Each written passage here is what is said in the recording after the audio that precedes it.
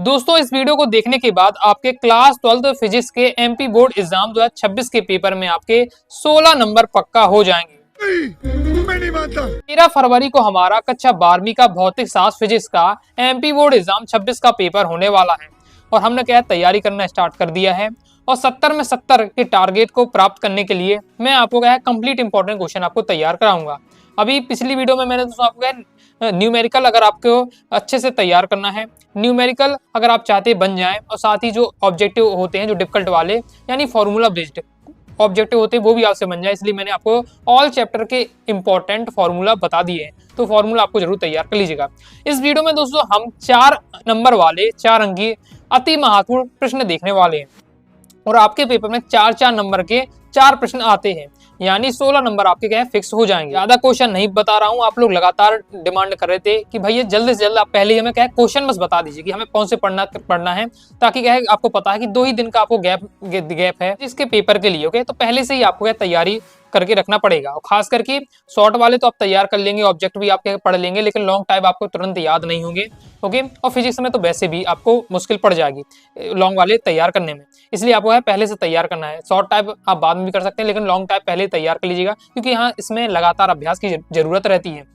ज्यादा क्वेश्चन नहीं बता रहा हूँ, यहाँ मैं आपको केवल 14 क्वेश्चन बता रहा हूँ, 14 क्वेश्चन बता रहा हूँ 4-4 नंबर वाले, जिन्हें आपको तैयार करके रखना है। हाई चांस है लास्ट ईयर मैंने जो क्वेश्चन बताए थे 4 के 4 question okay MP board exam 25 में रखे हुए थे, और इस बार भी मैंने पूरा एनालिसिस किया है और क्वेश्चन आपको बता रहा हूँ जिन्हें आपको जरूर तैयार कर लीजिएगा। ओके, मैं तो पूरा प्रयास करता हूँ कि आपका फुल स्कोर आपका हो जाए, पूरा अपना दिमाग लगाता हूँ। चलिए देख लेते कौन कौन से क्वेश्चन आपको तैयार करने हैं। रहा नहीं जाता, तड़प ही ऐसी है ना।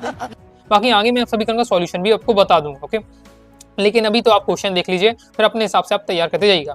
पहला दोस्तों हमारा क्वेश्चन है, 4 नंबर वाले हम महत्वपूर्ण प्रश्न देख रहे हैं। तो पहला क्वेश्चन है, विद्युत द्विध्रुव से क्या तात्पर्य है? किसी विद्युत द्विध्रुव के कारण निरक्षीय स्थिति में किसी बिंदु पर विद्युत क्षेत्र की तीव्रता का व्यंजक प्राप्त कीजिए। विद्युत द्विध्रुव से क्या तात्पर्य है? किसी विद्युत द्विध्रुव के कारण, देखिए अब यहाँ जो क्वेश्चन है आपका 2 टाइप से आता है, एक अच्छी स्थिति में स्थित किसी बिंदु पर विद्युत क्षेत्र की तीव्रता और एक निरक्षीय स्थिति में किसी बिंदु पर विद्युत क्षेत्र की तीव्रता का व्यंजक, 2 तरीके से आता है। अब दोस्तों हम बात करें तो 2025 का जब मैं बता रहा था इंपॉर्टेंट, तो मैंने कहा था कि अच्छी स्थिति की हाई चांस है और अच्छी स्थिति आया भी था। ओके, अब आपके बात करें तो अच्छी स्थिति 2025 में आ चुका है, तो आपका अच्छी स्थिति के नहीं आ पाएगा, इसलिए आ सकता है आपका निरक्षी स्थिति। तो आपको देखिए अच्छी स्थिति पढ़ के रखिएगा, मैं ये नहीं कहूंगा कि अच्छी स्थिति ना पढ़े। आपको क्या है विद्युत द्विध्रुव के कारण अच्छी स्थिति में विद्युत क्षेत्र की तीव्रता और विद्युत द्विध्रुव के कारण निरक्षीय स्थिति में किसी बिंदु पर विद्युत क्षेत्र की तीव्रता दोनों तैयार करिएगा। लेकिन हाई फोकस आपको तैयार करना है निरक्षीय स्थिति में, क्योंकि अच्छी स्थिति में आ चुका है आपका अभी 2025 में, तो निरक्षीय स्थिति में आ सकता है, तो पढ़ के रखिएगा, इसलिए यहाँ मैंने निरक्षीय स्थिति को फोकस किया है। नेक्स्ट, किसी विद्युत क्षेत्र में स्थित किसी बंद पृष्ठ के लिए गॉस का नियम लिखिए तथा इसे सिद्ध कीजिए। गॉस का नियम बहुत ज्यादा महत्वपूर्ण आपका रहता है। अभी 2-3 साल पहले तो उसका ट्रेंड चलता था, ऐसे 3-4 साल पहले मान लीजिए। ओके, तो इसका ट्रेंड चलता था, मतलब टीचर कह देते थे कोई भी क्वेश्चन तैयार करके जाओ या ना जाओ, लेकिन गॉस का प्रमेय, गॉस की प्रमेय, गॉस का नियम आपको जरूर तैयार करके जाना है। ओके, नियम बस आता है तो 2 नंबर में आता है, लेकिन सिद्ध करना। ओके, लॉन्ग की बात हो रही तो गॉस का नियम पहले याद होना चाहिए, फिर उसे कैसे सिद्ध करना है। अब तो उसका थोड़ा ट्रेंड कम हो गया है, गॉस के नियम वाला क्वेश्चन का आना, लेकिन आपको पढ़ के रखना है। ओके, ये भी क्योंकि आया नहीं अभी, तो आपका आ सकता है। नेक्स्ट है, एक समान चुंबकीय क्षेत्र में गतिमान किसी चालक क्षण के सिरों पर प्रेरित विद्युत वाहक बल के लिए व्यंजक ज्ञात कीजिए। बहुत ज्यादा इंपॉर्टेंट है, ये क्वेश्चन आपकी अध्याय 6 से लिया गया है। ओके, ये क्वेश्चन जी आपका ये पहले दूसरे क्वेश्चन है, अध्याय 1 से है। तीसरे जो है क्वेश्चन मैं बता रहा हूँ ये अध्याय 6 से आपका। एक समान चुंबकीय क्षेत्र में गतिमान किसी चालक क्षण के सिरों पर प्रेरित विद्युत वाहक बल के लिए व्यंजक, हाई चांसेस के आने के। ओके, तो इसे आपको तैयार करके रखिएगा।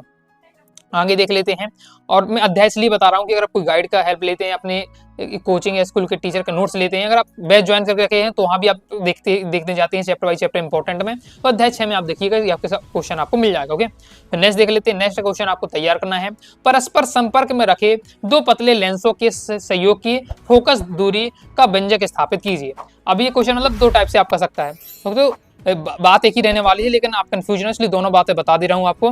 परस्पर संपर्क में रखे 2 पतले लेंसों के सहयोग की फोकस दूरी का व्यंजक स्थापित कीजिए, या परस्पर संपर्क में रखे 2 पतले लेंसों की परिणामी क्षमता का सूत्र या व्यंजक स्थापित कीजिए। दोनों फोकस दूरी का व्यंजक आ सकता है, परिणामी क्षमता का व्यंजक, एक ही बात रहने वाली, तो ये आपको अच्छे से तैयार करके रखिएगा। नेक्स्ट हमारा क्वेश्चन रहने वाला है स्वापेरकत्व किसे कहते हैं। एक परिनालिका के स्वापेरकत्व के लिए व्यंजक व्युत्पन्न कीजिए। इसके मान को कौन कौन से कारक प्रभावित करते हैं और कैसे। फिर नेक्स्ट तैयार करना है ट्रांसफर वाला, ये इंपॉर्टेंट रहने वाला है। अभी आपका ये क्वेश्चन आया नहीं होके 2-3 साल से, तो हाई चांस से पढ़ के आपको रखना है। ट्रांसफार्मर बहुत ज्यादा इंपॉर्टेंट है, अध्याय 7 से आपका क्वेश्चन लिया गया। ट्रांसफार्मर का वर्णन निम्नलिखित शीर्षकों के अंतर्गत कीजिए, यानी आपको क्या ट्रांसफार्मर वाला पूरा टॉपिक ही तैयार करना है।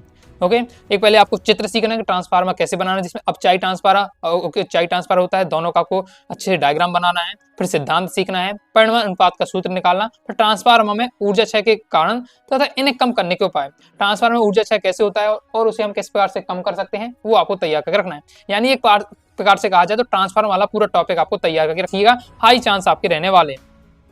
और यहाँ आप देखेंगे जो मैं आपको भी टोटल 14 इंपॉर्टेंट क्वेश्चन बता रहा हूँ, उन 14 के 14 क्वेश्चन आप देखेंगे 2000 इसमें कोई भी क्वेश्चन आपको 2025 में जो आया है वो आपको नहीं मिलेगा, क्योंकि कम चांस रहते हैं। इसलिए यहाँ तो आपको 2022 के, 2023 के, 2024 के क्वेश्चन अच्छे से तैयार करके रखिएगा। और जो 2023 में जो क्वेश्चन आपके आए थे उसमें अधिकतम क्वेश्चन 25 में आ चुके हैं, तो आपको यहाँ 24 एमपी बोर्ड एग्जाम 22 वाले 24 वाले थोड़ा पढ़ के रखिएगा। बाकी आपको अलग से ज्यादा एनालिसिस नहीं करना, मैंने पूरा एनालिसिस किया तो मुझे सब पता है। आप तो जो मैं क्वेश्चन आपको बता रहा हूँ वो आपको पढ़ के रखना है, सीधी बात ये रहने वाली है। ओके, टेंशन नहीं लेने का अपन है ना।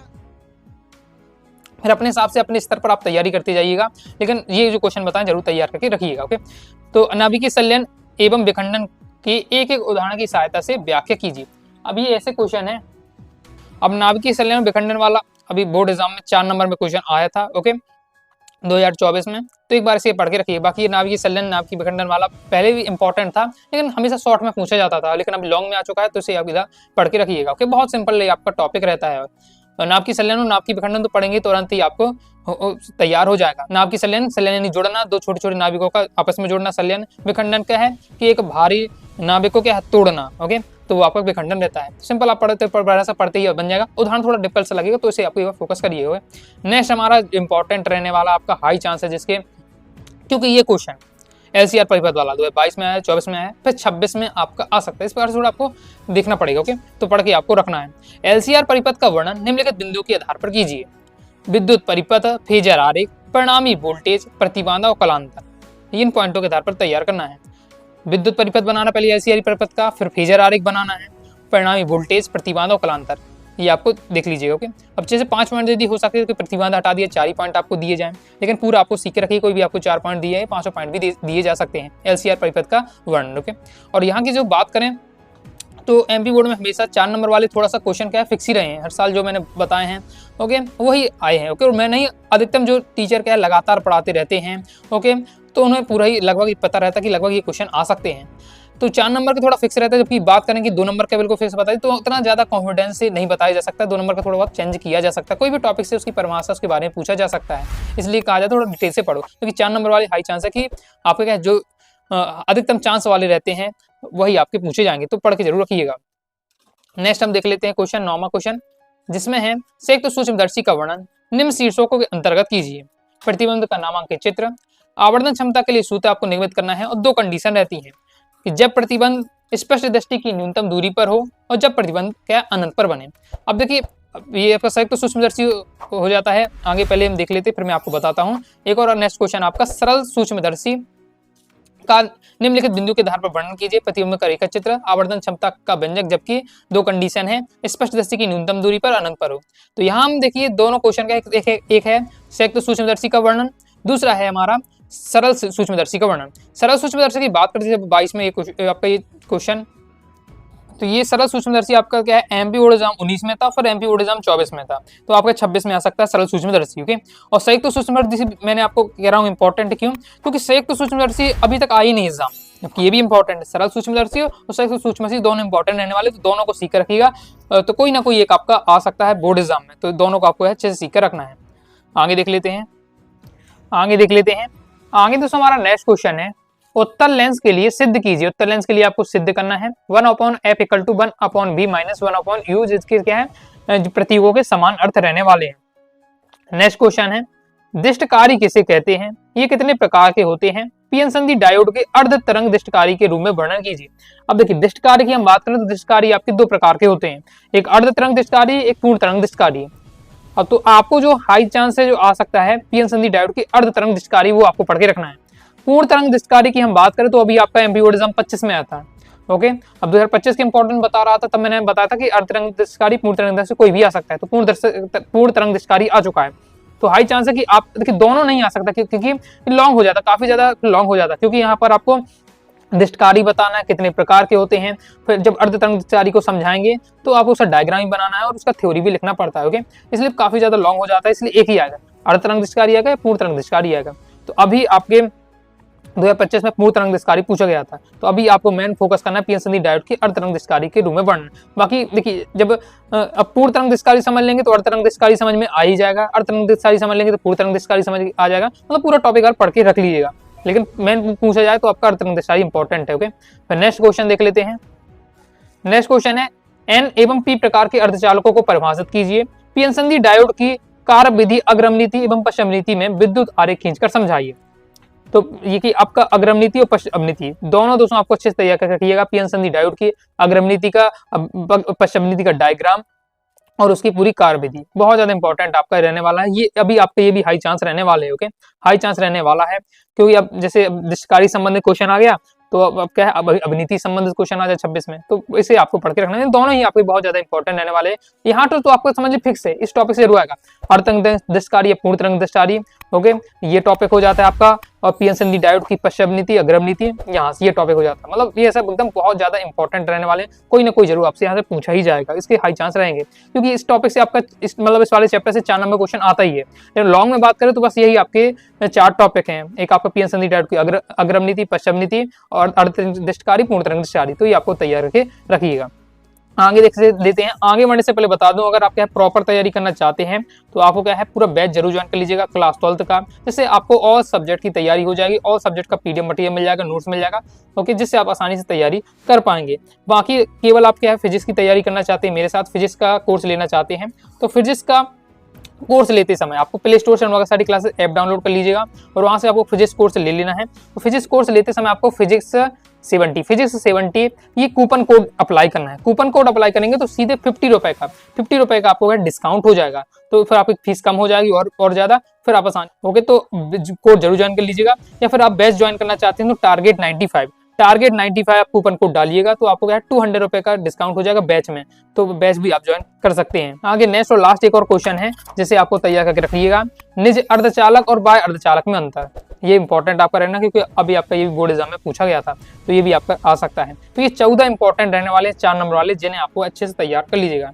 मतलब कि आपको तैयारी तो करना है, 4 नंबर वाले क्वेश्चन पढ़ेंगे ही, तो आपके टीचर ने और भी आपको क्वेश्चन बताए होंगे, लेकिन जो मैंने बताया नहीं, आपको सबसे पहले तैयार कर लीजिएगा।